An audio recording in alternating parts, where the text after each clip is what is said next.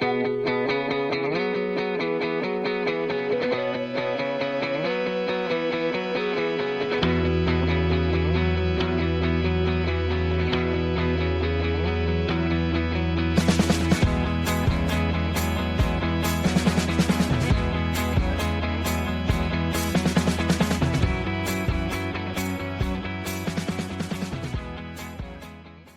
and welcome to episode 4 of GDP, Gross Domestic Provocation. I'm Jeremy Hudson and I'm here as usual with Catford's leading hedge fund trader, Jason Freeman. Hello. And the best economist in Bergen County, New Jersey, Dan Altman. Yes, there's actually a chiropractor here by the same name, and we often get confused, strangely enough. I mean, he might be the second best economist in Bergen County. We'll see. He might be. He calls himself doctor. I don't. I could. Maybe I should. I'm an economist in... Awesome. So today we want to talk about cryptocurrencies. So I remember when I first heard about Bitcoin, which is the first and most well-known cryptocurrency, it was mainly used as a way to buy, dodgy stuff off the internet because the payments were difficult to trace. I mean, sometimes you really need to buy questionable herbal supplements at 3 o'clock in the morning on your laptop, right? You don't have any personal experience in this space, do you? None at all. Oh, okay. None at all. After your herbal supplements, you might get hungry and want to order a pizza. I think one of the most famous early Bitcoin transactions is the guy who bought 2 pizzas for 10,000 Bitcoins. I'm sure back in the day that was a really good deal, but fast forward to today, and I think that's worth about $1 billion, which likely means those are the most expensive carbs ever eaten. Now, if you were to buy some of those herbal supplements today, you might still get into the sort of mood where you would use 10,000 Bitcoins to buy pizza. That is a good point and highlights one of the dangers of cryptocurrencies. So another funny story is the guy in Wales who accidentally threw away his hard drive with about $800 million worth of Bitcoin on it in today's money. Apparently, he tried to bribe the local council to let him search for it. They didn't let him, and he ended up trying to sue them. I mean, who needs a gold mine when you've got the Newport landfill? You literally couldn't make this up. I think some company proposed to him, right, at some point to get the contract to go and find the hard drive, and they'd take 50% of it, like going behind the council's back or something crazy like that, wasn't it? Yeah, I think he actually proposed it to them or something, and then the council were like, piss off. Yeah, why look for the wreck of a Spanish galleon when you could just go into a dump and look for somebody's hard drive amongst the stinking wreckage? Yeah, exactly. It sounds like real fun. So obviously when he threw the hard drive away, his Bitcoin wasn't worth that much. Otherwise, he might have been a bit more careful. So I guess the question is, how did Bitcoin go from this dodgy currency used by nerds to buy weed online to the point where it's worth now over $100,000? It's in the public discourse to the point that even my mum has heard of it. It's created a bunch of crypto kings like Sam Bankman-Fried and is even legal tender in some countries. There's like Bitcoin ATMs in El Salvador, apparently. Not to mention I'm just talking about Bitcoin, there's a whole other bunch of cryptocurrencies. I mean, there's even a Trump coin. And how do cryptocurrencies even compare to traditional asset classes like bonds and equities? Like what even is a cryptocurrency? Lots of questions. Jason, please enlighten us. Cool. Tasked to enlighten, but probably confuse us all. I mean, cryptocurrencies are essentially a digital money or token. So they can be exchanged electronically, but they lack legal tender status. So therefore, they're unregulated, unlike standard currencies. They use this cryptography method, which makes these tokens impossible to counterfeit or double spend. So it's meant to be a secure online way of transacting. The thing is, before Bitcoin, there'd been kind of prior failed implementations for the idea of digital money. It had been toyed with as a concept for years. So there was one which was called BitGold. There was one called B-Money. They were formulated, but they were never developed. So these prototypes, while not successful, they kind of paved the way for what became Bitcoin in 2008. And this is where the story gets very enigmatic and very mysterious. So in 2008, there was an individual or group under the pseudonym of Satoshi Nakamoto who published a Bitcoin white paper titled Bitcoin, a peer-to-peer electronic cash system. So what Nakamoto did that was unique versus prior attempts of creating a digital currency. Well, they're the first to solve the problem of a digital cryptocurrency being wrongly duplicated by creating the blockchain system of verification. And we'll talk about blockchain probably a lot in this podcast. And that's very key kind of underpinning of the entire system. So within the blockchain, timestamps are added to transaction information, the data is encrypted, and that's all without a central authority. So onto Satoshi himself or themself or herself. Nobody has ever actually met Nakamoto. No photos of this person exist. No one knows Nakamoto is even, again, an individual or group of people. The second to last confirmed message Nakamoto sent was in April 2011, and one person claimed to have moved on to other things. And in a final email a few days later, it was like, I wish you wouldn't keep talking about me as a mysterious, shadowy figure. So following the white paper in January 3rd, 2009, the first ever Bitcoin block was mined. That marks kind of the beginning of Bitcoin's first blockchain. Later that year, Satoshi himself, herself, sent 10 Bitcoin to a computer scientist, Hal Finney, and that marked the actual first Bitcoin transaction. And in fact, alluding to your opening, Jeremy, the first Bitcoin actual financial transaction was May 22nd, 2010, when somebody used their Bitcoin to purchase a pizza. All right, thanks, Jason. So Dan, what's the economic basis for these cryptocurrencies? Well, in general, successful currencies really have three characteristics. One is they're a unit of account. That means you can compare how many you have to how many somebody else has. You have numbers that relate to them. The second is that they're a medium of exchange, meaning that people will accept them in exchange for goods and services in lieu of some other goods and services, right? It's an advancement over the barter system. And the third is that they're a store of value, which means that if you own some of this currency, it will hold value over some period of time in a reasonably expected way.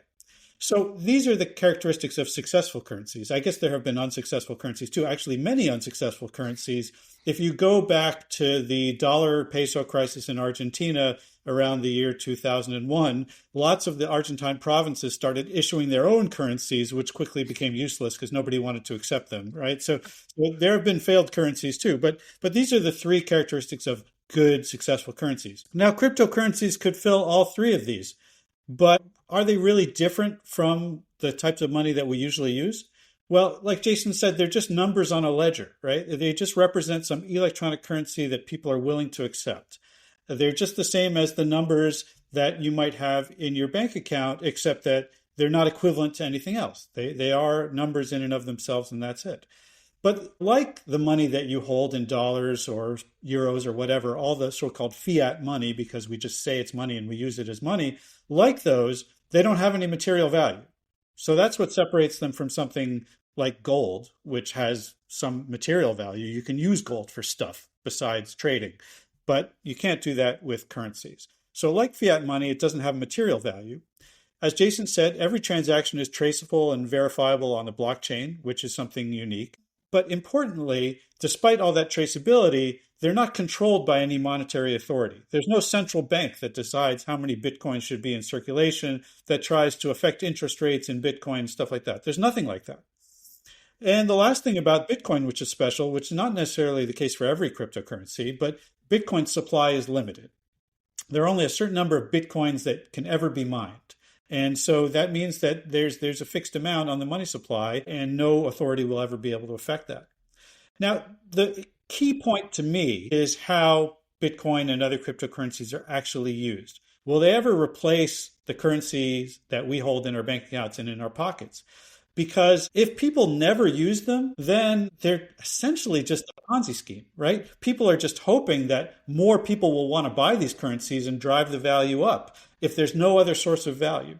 To me, the only fundamental source of value for cryptocurrencies is as a medium of exchange, that people want to use them for trading. Besides that, there's really nothing there. So it really depends on this idea that people are going to use these and continue to use these for them to have value. Because otherwise, if people stop demanding Bitcoin, then it'll just collapse. There'll be no reason for anybody to hold it. Now, people use these right now when fiat currencies are distressed. We've seen that happen, including, again, in Argentina. People were using Bitcoin for transactions because the Argentine peso kept losing value. And also, as Jeremy mentioned, when they want some notion of privacy. But only a tiny share of crypto investors actually use Bitcoin and other currencies to buy anything, to buy products, services.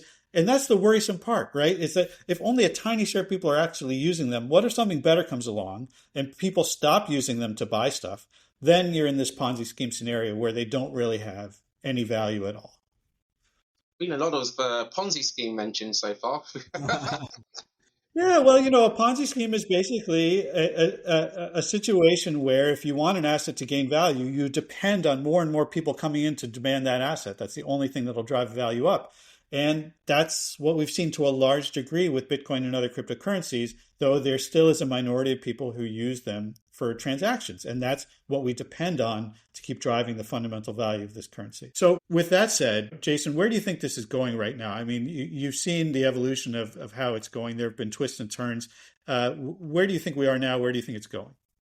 Well, let's talk about a little bit the evolution of it since that sort of 2009, 2010 introduction, because as you alluded to, there's been lots of growing pains and setbacks along the way, and there's been huge run-ups and collapses in price.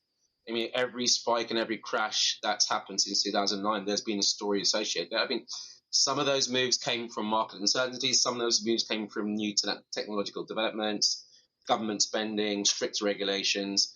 All of these things are kind of shaped to get us to where we are now. And if you look at the entire crypto space as a whole, it's a multi-trillion-dollar market. So that's come from pretty much nothing. I mean, we talk about Bitcoin's initial success, and Jeremy, you touched upon this in the open that it was very popular for its anonymity, right? Because if you use blockchain process, it has this anonymous feature. So places like the Silk Road, which were very well-known dark web marketplaces where people were buying their late-night herbal supplements. And the rests, and they're probably illegal weapons in some places. It was very much used for those sort of transactions. And then alongside that, there were a lot of rival cryptocurrencies that came to the fore. So one of the earliest ones was like Litecoin. I don't know if you guys remember that one. But essentially, all these altcoins developed over time, claiming to be either faster transaction speed, like greater anonymity, or some other advantage. So we got to stage of 2013 where Bitcoin reached $1,000 for the first time. And just over, probably a bit less than a year later, it crashed to around like $300. In January 2014, the world's largest Bitcoin exchange, I think Mt. Gox, was based in Japan. Mm. And they had some sort of hack or robbery, and that basically counted to a loss of almost 850,000 Bitcoins. That would be worth $60 billion today. And I think they only recovered maybe 200,000 of it. So after that setback, Bitcoin really hit the mainstream in 2017, and there was a big climb from under $1,000 up to $20,000 by the end, sort of December 2017. This coincided the launch with Ethereum, which is something else that we will talk about, which is it's the main rival to Bitcoin. It has a particular platform that's used to facilitate blockchain-based smart contracts and apps. But then since 2017, we had another sell-off whereby at the time I was actually in Thailand, and that's the first time I actually encountered Bitcoin rather than talk about your mum, Jeremy. But I'd met a bunch of guys. I was out there doing some training for kickboxing and stuff like that. And they'd sold up their houses and moved their jobs over to Thailand to trade Bitcoin professionally. That was my first awareness of it. So and of course, I've obviously been in trading markets and that sort of stuff. I was very curious as to how it worked, what they were doing. And there was no investment philosophy around it at all. They just kept buying it as it was going higher. And I think when it approached that 19, 20,000 level, they were convinced it was going to 100,000 back then, so they were all in, and then it collapsed quite shortly after. So quite a lot of people were wiped out in that second crypto run-up. So what we had since then is basically more and more mass adoption in terms of institutions, especially since COVID. So if you look at, I think you briefly touched upon this as well, Jeremy, in your open, and maybe you did, Dan, as well. There's El Salvador became the first country to adopt Bitcoin in 2021. It's promoted by the president. He claimed it would improve the economy by making banking solutions easier for Salvadorians. That was one of the bigger adoptions. But then also you've had companies like MicroStrategy and Elon Musk companies like Tesla also using crypto on their balance sheet. So it's part of their balance sheet now, and that's obviously helped with mass adoption. But in the last 3 or 4 years, there's been a bigger run-up in the space because we've had more mass market adoption from institutions. So large institutions like BlackRock have got massive deregulated space, so they've allowed people to do ETFs, which are exchange-traded funds, on the underlying coins themselves. So that's obviously been a big mass market adoption thing and expanded the presence to retail. Trump, in terms of this iteration of the Trump White House with the second version, they have also floated the idea of a strategic Bitcoin reserve. That's basically going to be almost a US Treasury, say, book or institution that was going to acquire Bitcoin, maybe in the open market, but maybe it's now more probably morphed into something whereby they just basically manage to seize Bitcoin rather than actually go and purchase it in the open market. So you've had a lot of changes now whereby there's a little big institutional drive, especially in the US, where it's now become such a large part of the financial ecosystem that everyone's aware of it. Institutions are trading it, retail are massively investing in it, and it's actually as important as some of the bigger stocks in the S&P now. So I think that's where we are now. But then it's going to be interesting to see where we go from here. Yeah, I agree. A lot of people ask themselves right now, I think, whether they can not be in Bitcoin. Like, is there a portfolio that doesn't include Bitcoin that makes sense? And I think it's because of this massive uptick in value. Now, Bitcoin is highly correlated with major stock indices, but its returns have been much higher over the past, let's say, 5, 10 years. And as a result of that, if you just fall back on optimal portfolio theory, you would say, well, it kind of dominates those other assets. Problem, of course, as I said before, is that we're not sure if it has much fundamental value, but just looking at the numbers, if it's highly correlated and has higher returns, you would say, wow, you should put more money into Bitcoin than you do into NASDAQ. So it's hard to say that Bitcoin doesn't belong in an optimal portfolio unless you have some rule about fundamental value. But I think it's also important to distinguish between Bitcoin and some of these other coins that have been out there. We've heard about the meme coins. There are also apparently plenty of pump and dump coins where they come on the market, they get some publicity, the value goes up, and then somebody pulls the rug out from under and makes a bucket of money. That actually happened again involving Argentina. Argentina is just such an endless fount of economic horror stories. But in this case, the president of Argentina, he claims, inadvertently promoted one of these meme coins that turned out to be a pump and dump. And so there's an ongoing investigation there. But it's hard to say that you shouldn't have any Bitcoin at all just based on the dynamics of the market.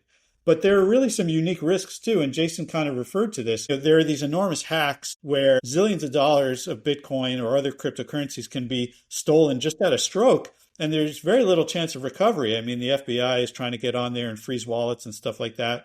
But unless you can identify the people who are behind it, it's very difficult to recover any of that. There's no deposit insurance like you would have with a regular savings bank or even a brokerage account that has its own kind of insurance.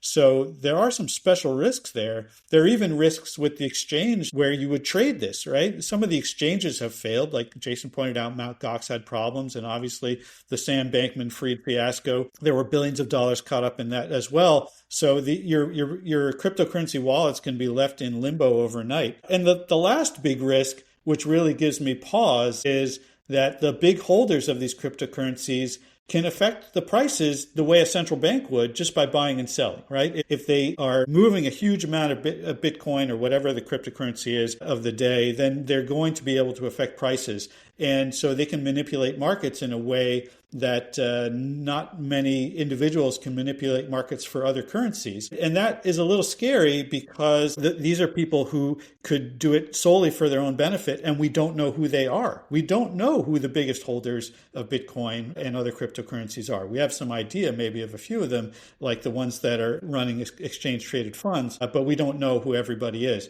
So it's kind of the Wild West out there. I do know, of course, that some hedge funds have been able to manipulate the fiat currencies too with big enough trade. Jason probably knows more about that than I do. Don't incriminate yourself. I've never seen it before.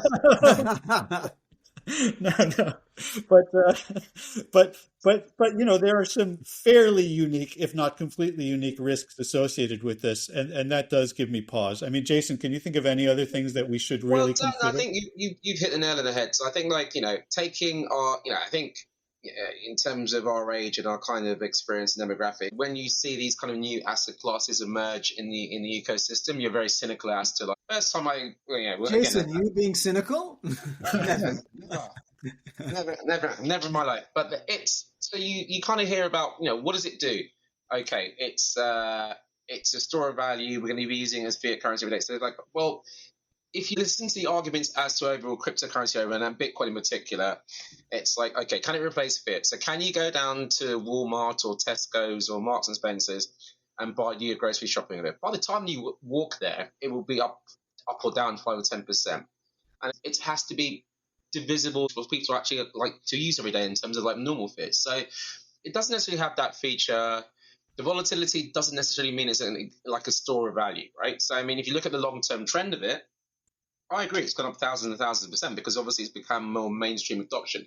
But what about if you look at it from one particular period from, say, January to May last year, it'll have fallen like 20, 30%. So it's maybe too volatile to necessarily become a store of value. But then there's obviously elements to the blockchain process and other aspects of it which make sense. So I think we have to distinguish between perhaps Bitcoin and Ethereum because they do seem to have potential future end uses, and then the altcoins. For example, the altcoins for me, for example, we had the president himself launched a type of altcoin, a meme coin.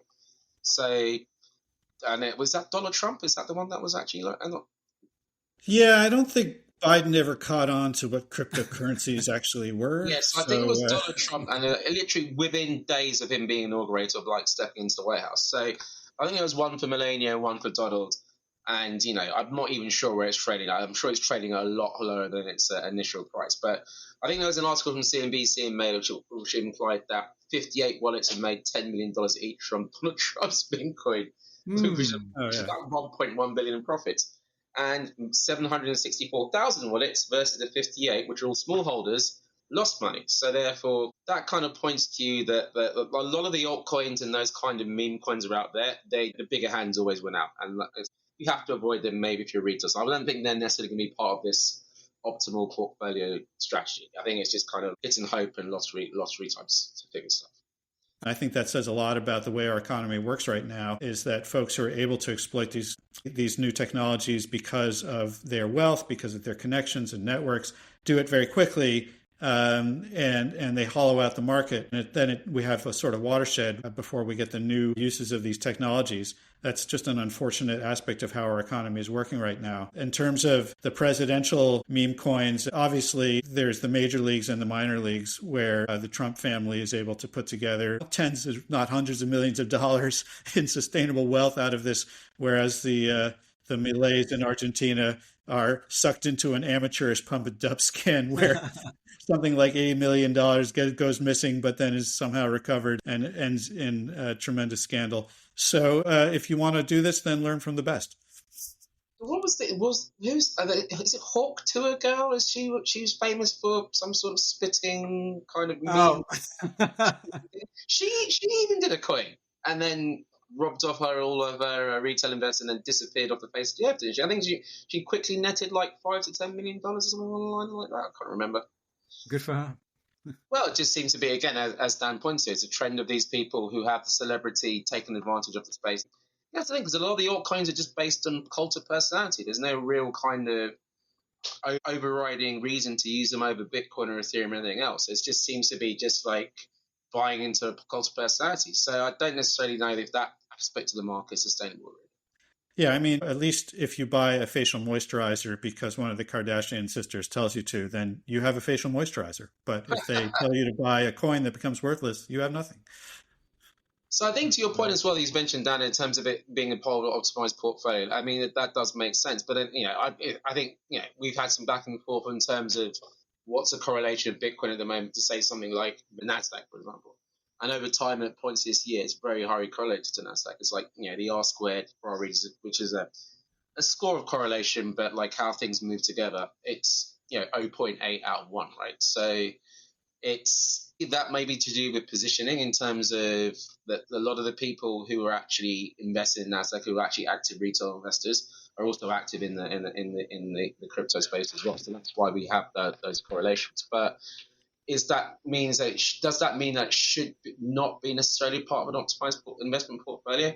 I think you have to look at it alongside those other positions. So if you do have that massive exposure to something like the Nasdaq, and you have something like crypto alongside, do be aware that they can be very highly correlated, especially in like highly volatile markets that we have in the moment. I think it's definitely become a tool for hedge funds and big institutions to diversify some of the strategies that they use, and that's why the ETF launches have been very successful. But then again, it goes back to Dan's point that we have a bunch of larger players now involved in the space who can manipulate the market at pretty much, not at will, but at various points in time. So it just gives you more caution to be, looking at what you're doing as a retail investor when you're playing the space now.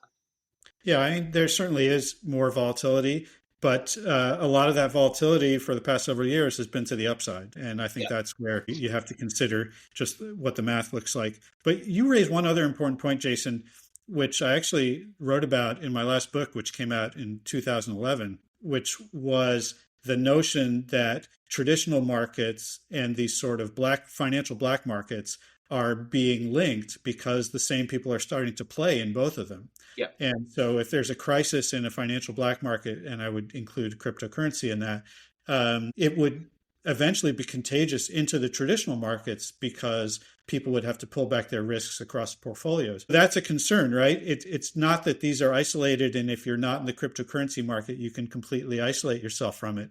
We're getting into the situation where there could be causality that goes both ways. You suggest that the NASDAQ is highly correlated with cryptocurrency, probably because people are in both of those markets. And of course, the NASDAQ is probably a more important part of the portfolio for a lot of those people. We have to wonder if eventually that balance will start to shift enough so that a crisis in, let's say, Bitcoin, which is native to that market, could be contagious into the wider markets as well.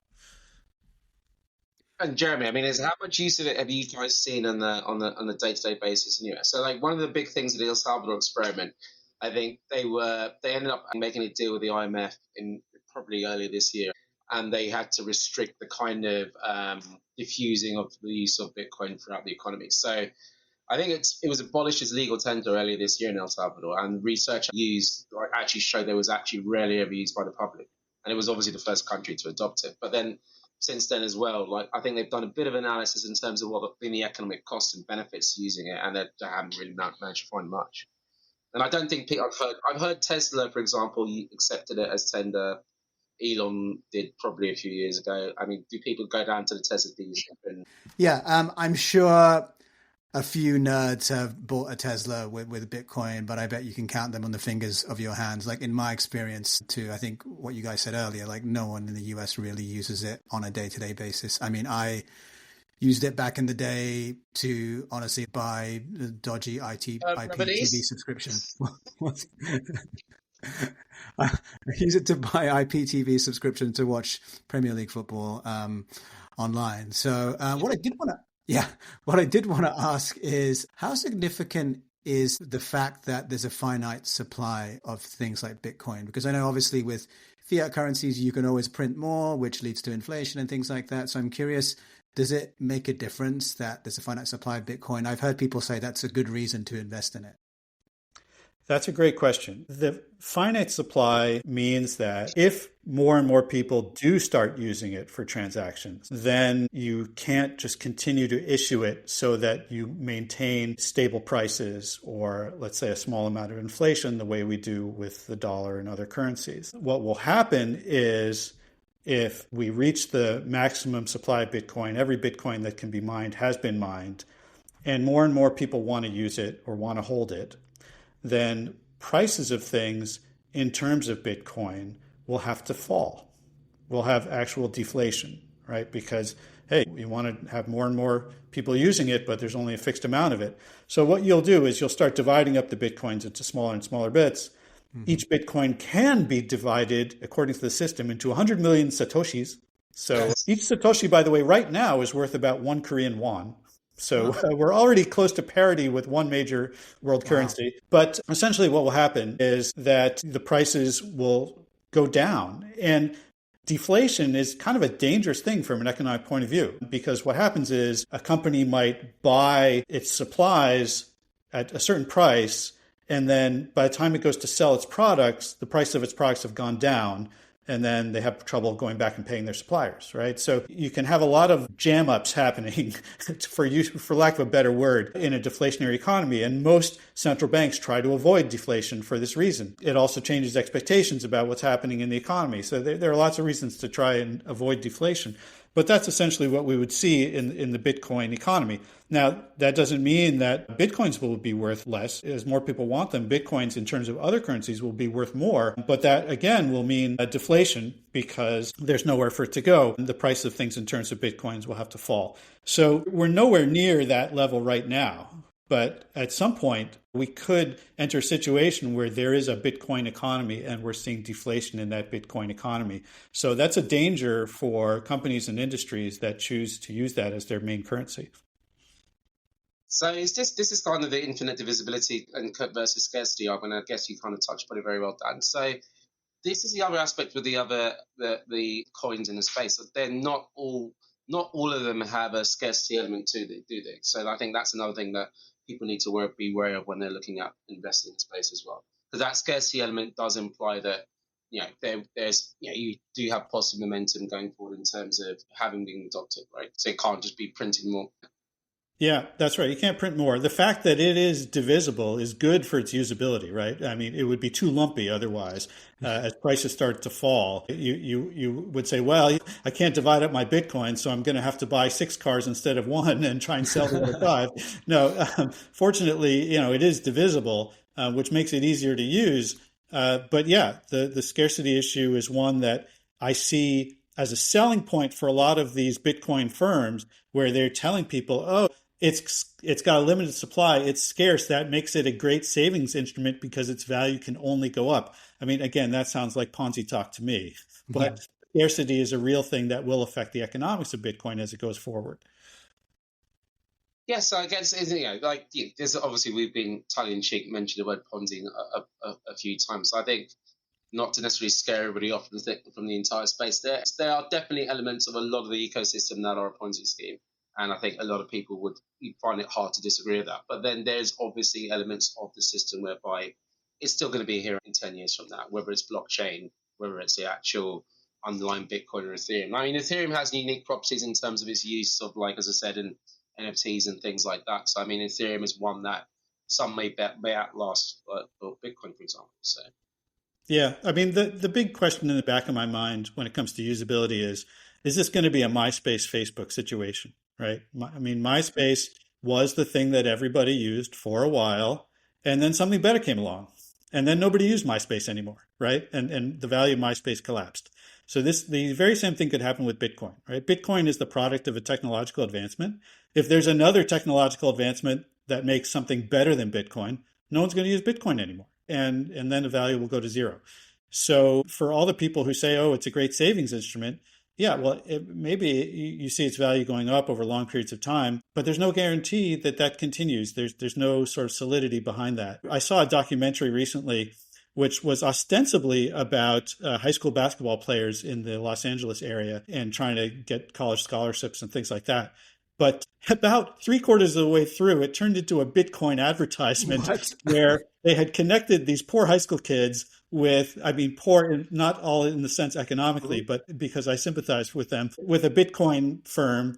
And they had convinced these kids that all their signing bonuses and their image rights and everything should go into Bitcoin because it was such a great savings instrument. That is not what optimal portfolio theory would recommend. Got it. So, guys, where do we go from here? What's going to happen to Bitcoin? Should we remortgage our properties to put money in it? And let us know. Well, having seen the experience of those guys in Thailand who did remortgage their houses in Melbourne and their flats to go out there and do that, that's probably not good enough. Lesson number one.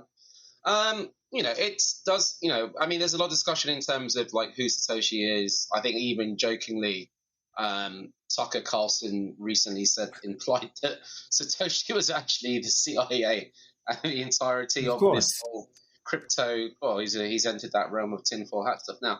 The entire ecosystem is basically a precursor to the Great Reset and global central digital currencies, and it's a test case for that. So banks have looked at the crypto space in detail, and I think they are seriously looking at producing their own digital central bank currencies affiliated with each particular central bank or country. But those are going to be probably alongside fiat. They're not necessarily implied to replace fiat. They just probably want to capture some of the efficiencies or some of the advantages of actually Bitcoin and cryptocurrency themselves. So I don't think we're anywhere near necessarily getting like global central digital currency, or even necessarily Europe having one or the UK having one.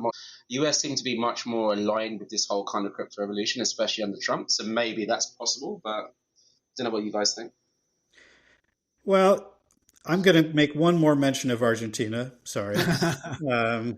I mean, it's been in every episode so far, so I think we need to Yeah, keep it's continuing. just having lived there for about 4 years and having a strong connection to the country and having witnessed its economic twists and turns for so long, it's just an endless source, not just of economic horror stories, but of examples of different economic phenomena. And one of them is in the real estate market. If you buy real estate in Argentina, you have to know that there's sort of a crisis of some kind every 8 or 10 years. And there are probably only going to be about 2 out of those 10 years where you're going to be able to sell that real estate at a decent profit. It does gain value over time, like real estate in most markets, but you just don't have the same liquidity and it's very volatile. And I think that's a good comparison to Bitcoin and some of these other cryptocurrencies.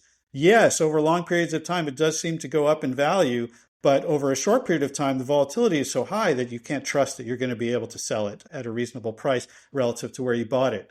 So if you're thinking of it in terms of your optimal portfolio, as a long-term bet, yeah, maybe you can't ignore it because of the returns and even despite those correlations with the major market indices.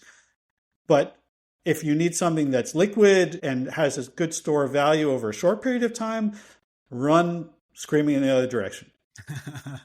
Depends on what dystopian future we're heading to. I always believed it was like Mad Max 2, so you only need to there'll be no electricity, let alone computer access. You just need guns and bullets and food and petrol. So, All right, that seems like a good point to go for last thoughts, Dan.